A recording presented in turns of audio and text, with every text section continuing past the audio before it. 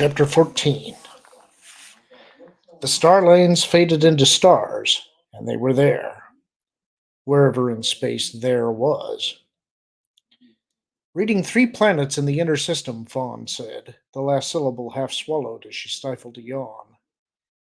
The normal crew rotation had put her off duty when they were due to reach the Neuron system, but she'd insisted on being awakened for the end of their trip. Gazing out at the dim red star, Mara wondered whether it had been worth it. Second planet looks habitable, Torv reported. It's got atmosphere. Temperature seems okay. We've got movement, Elkin snapped. Bearing 53 by 17. Mara threw a quick look at the instruments.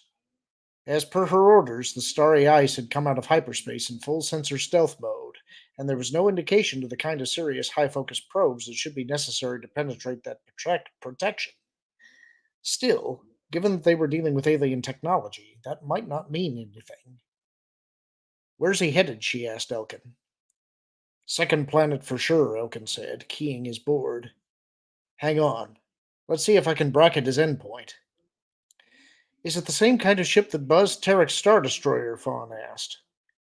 The profile looks right, Torv said. Can't tell for sure without doing a sensor focus. Endpoint coming up now, Elkin reported. It's a spot on the northern hemisphere, lower latitudes. Anything around it? Fawn asked.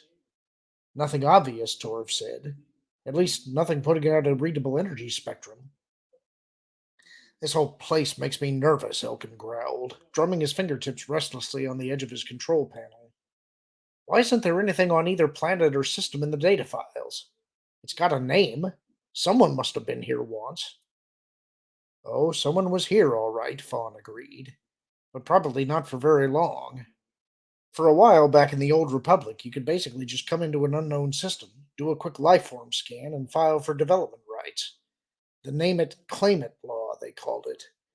You had systems all over the Outer Rim put on maps and asset lists without anyone having the slightest idea what was actually there. I remember reading about that, Mara said. The corporate sector was especially bad about abusing the privilege, and we're not all that far from there. Right, Fawn said. Still, all that having been said, I have to agree with Elkin's guts on this one. If this is somebody's military base, where are the defenses?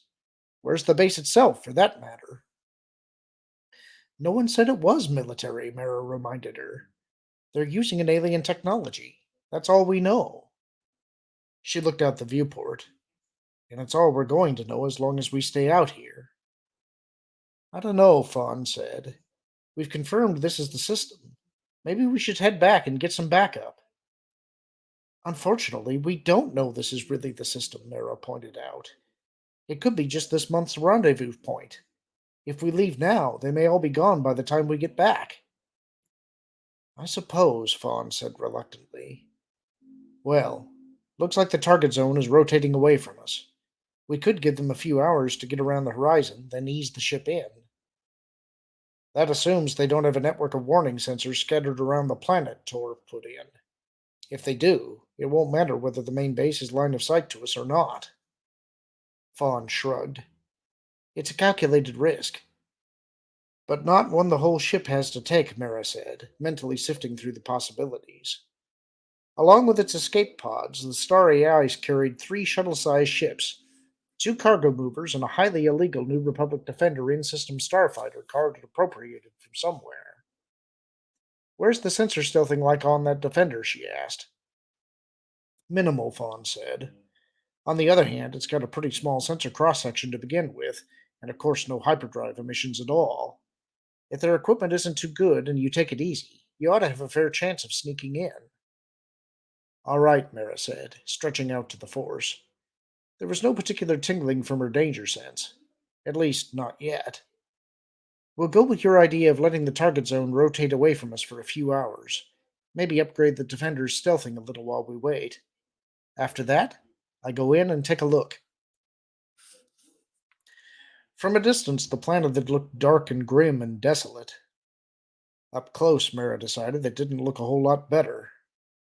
There was vegetation, certainly, everything from squat trees with wide fan-shaped leaves to ground-hugging plants impossible to see clearly at the speed she was making. But the usual variety of color that was the norm on most of the world she'd visited seemed to have skipped Neuron anyhow. Everything here seemed to be done in shades of brown or gray, with only occasional splashes of dark red or deep violet to break up the monotony. Possibly it was a natural adaptation to the dim red light of the planet's sun. Perhaps in the infrared parts of the spectrum, the plants were actually quite colorful. Somehow, she doubted it. Starting to get into some hills now, she said to the recorder fastened to one end of the Defender's control panel. They look pretty craggy, actually. Whatever dirt was on them seems to have eroded away. She glanced down at their displays. Still no indication of sensor probes. She looked back up from her board, frowning at the landscape ahead. Up there, between two of the craggier hills? Looks like a sort of gully up ahead, she said. No, make that a full-fledged ravine. In fact, she brushed the Defender's control stick gently, risking a little more altitude to get a better look. Her first impression had indeed been correct. The deep canyon ahead was pointing right towards the target zone. And in fact, unless the terrain was somehow deceiving her, it looked like it would take her all the way in. I think I've found my route, she said, tapping a key to download the navigational information onto the recorder's data track.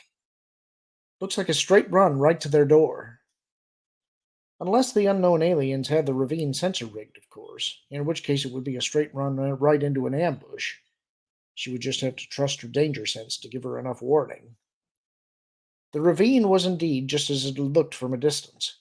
Fairly straight, its width varying from 50 to 100 meters, its depth averaging around 100 meters, but dipping as deep as 300 in places. Most similar ravines Mara had seen had been cut by rapid rivers, but the bottom of this one was dry. The walls were composed of craggy gray rock, with small bushes and tenacious vines clinging to their sides. Still no sign of sensor activity, she told the recorder as she settled into the task of flying down the narrow passage. Standard military logic, she knew, would be for her opponents to launch their attacks somewhere along the first few kilometers, while their maneuverability was limited, but before she got unnecessarily close to their base. Stretching out to the force, keeping a wary eye on the pale blue-green sky above her, she kept going. But no attack came. The ravine widened, narrowed, then widened again, at one point changing from a canyon into the open side of a cliff where the left wall had crumbled down into a wide forested valley beyond. The breath of open air was only a brief one. A moment later, the wall rose again on her left side, and she was still flying again in the ravine. As if inspired by its view of the forest, the vegetation was now becoming thicker and more varied, with the bushes and vines often completely covering the rocky walls. And there was something else new as well. I'm seeing holes in the sides of the ravine now, she reported, trying to look into some of them as she passed. But she was going too fast to see more than that they were too deep for the sunlight to penetrate all the way to their backs. Offhand, I'd say they don't look particularly natural, she continued. It could be a colony of avians or vine crawlers, or it could be part of a sensor array. Suggest the next person in bring a better sensor package too. Wait a second. She eased off on the throttle, frowning ahead. The ravine was widening again, and up there to her right. I think I may have found the front door, she told the recorder tightly. Looks like a cave entrance up ahead and to the right, just this side of a slight right-handed angling. Good-sized opening. A little maneuvering and the ships we saw could make it inside. She pursed her lips. And I've now got a decision to make. Take the Defender, or head in on foot. The Defender was slowing to a halt now, and she shifted to full repulsor lifts as she tried to think. The obvious decision, of course, would be to take the Defender in. But in this case, obvious didn't necessarily mean smart. So far, there'd been no response from their quarry, which meant they either hadn't noticed her yet, or else didn't consider her a threat. And either way, a lone person on foot would probably get farther before sparking a reaction than a New Republic starfighter roaring in with laser cannons charged and ready. I'm going in on foot, she told the recorder, easing the Defender down to the ground beside a clump of bushes and keying for a bioscan of the air outside. There'd been no hostile hacks towards me yet, and it would be nice if I could keep it that way. Reaching down to the small weapons locker beside her right knee, she opened the panel. But just in case I can't, I'm taking my blast tech, sleeve gun, and lightsaber, she added. That should give me a head start on whatever happens. She slid the blast tech blaster into the holster on her hip and secured the smaller weapon in the forearm holster hidden beneath her left sleeve. She picked up the lightsaber and paused, gazing at the weapon, feeling the cool metal against her skin. It had been Luke Skywalker's lightsaber once, made by his father and passed down to him on Tatooine by Obi-Wan Kenobi.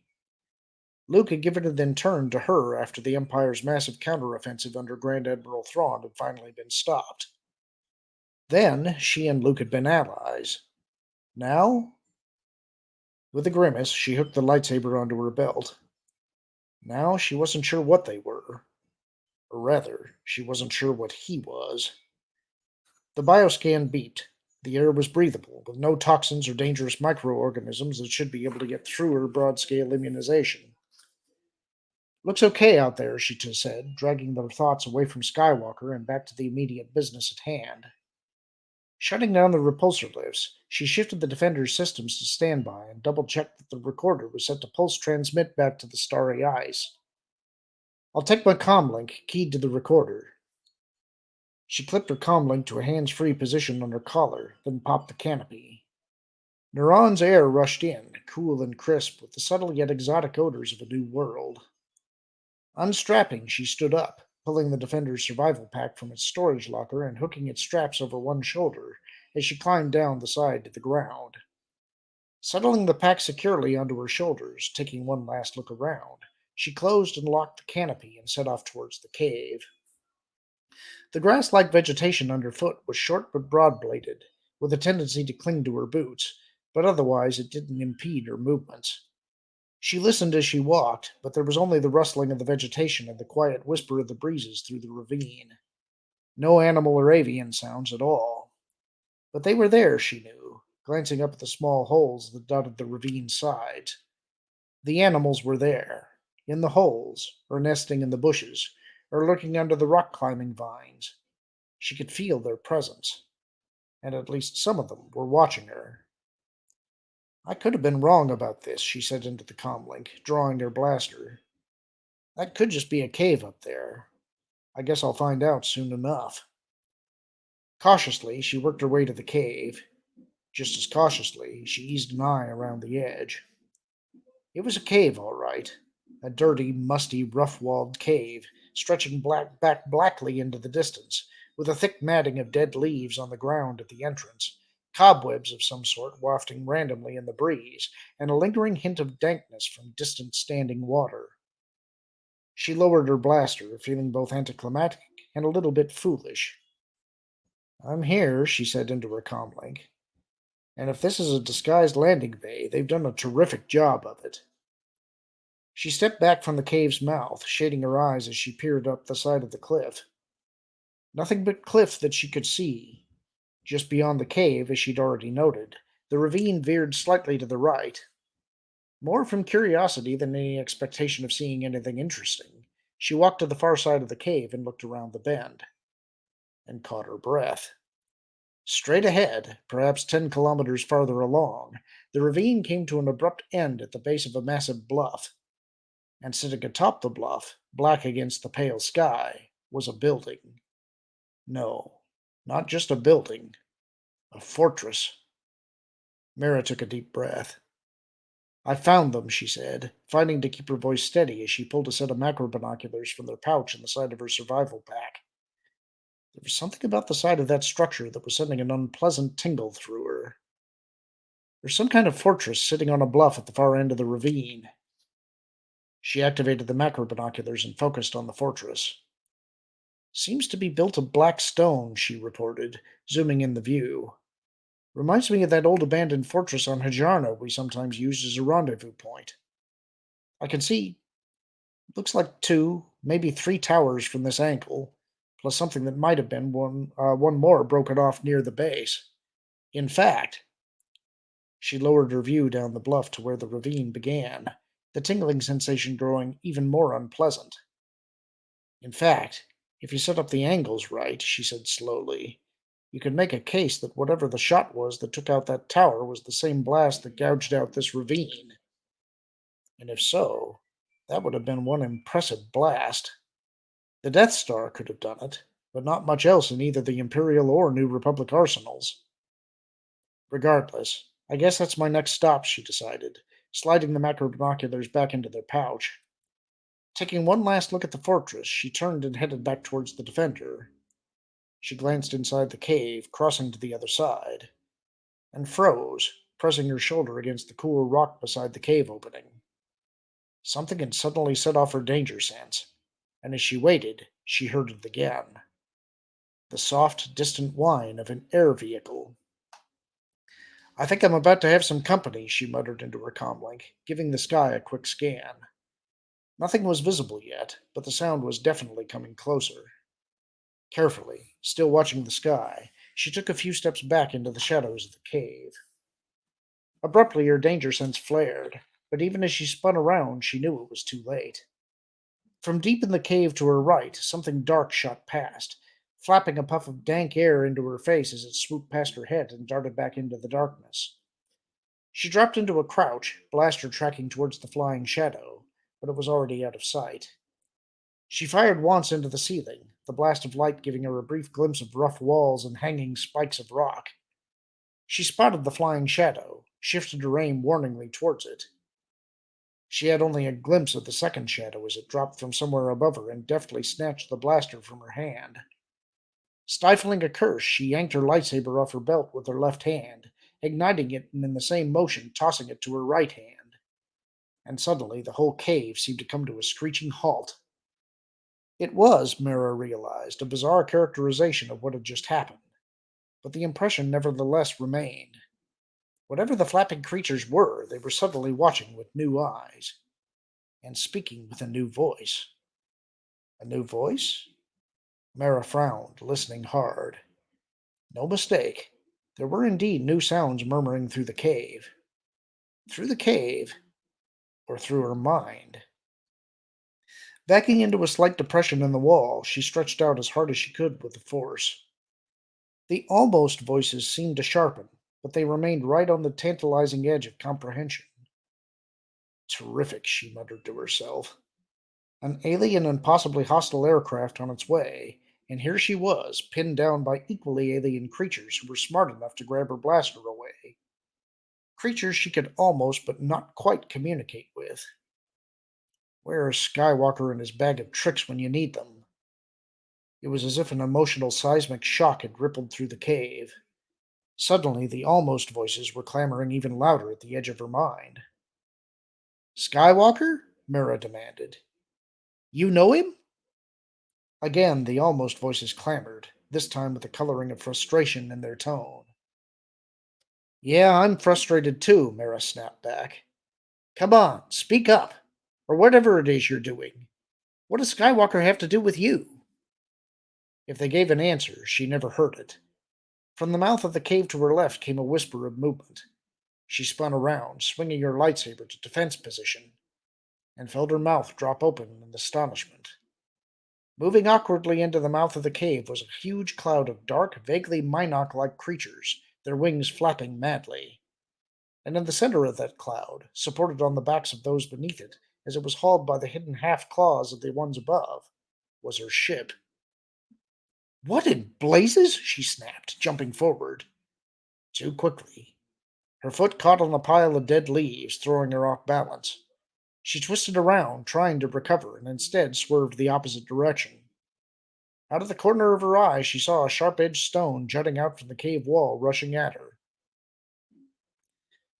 She woke, gradually, painfully, with a matting of what felt like dried blood on the side of her head and eyes that didn't seem to want to open.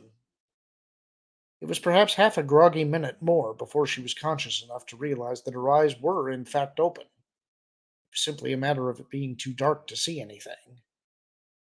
Uh-oh, she muttered, her voice echoing oddly. Had she been unconscious long enough for it to become night? Or had she been dragged or carried farther back into the cave? The survival pack was still strapped to her back. Pulling the glow rod from its pocket, she flicked it on. She had indeed been moved deeper into the cave, and for good measure. It had also become night outside. Nice to know I can still call him, she muttered in disgust, glaring at her chrono. She'd been unconscious for nearly 3 hours, far longer than she would have expected.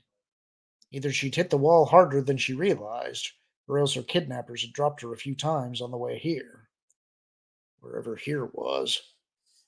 For a moment she played the beam from the glow rod around the walls and high ceiling of the cavern around her, comparing it with her memory of the brief glimpse of the illumination from her earlier blaster shot had given her.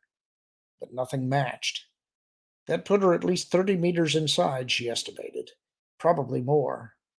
Not an unreasonable hike, assuming she didn't get lost in a maze of side passages, and assuming her defender was waiting somewhere along the way for her to find. And assuming that if assumptions 1 and 2 worked out, there would be some place for her to go. She looked at her chrono again. 3 hours. The recorder had been set up to dump a pulse transmission back to the starry ice if she either shut off the comm link or else stopped talking for 15 minutes, which meant Fawn had had the record of her trip for over 2.5 hours now, including that last startled yelp before she knocked herself out. The question was, what had she decided to do with it? Unfortunately, there was only one likely answer. Fawn had no other fighters aboard, had no way to come to Amara's aid except to bring the starry ice itself in. She knew better than to risk her ship that way, particularly when she was the only one who had the information Mara had sent, which meant the starry ice was long gone. And with no hyperdrive on the Defender, that meant Mara was stuck here.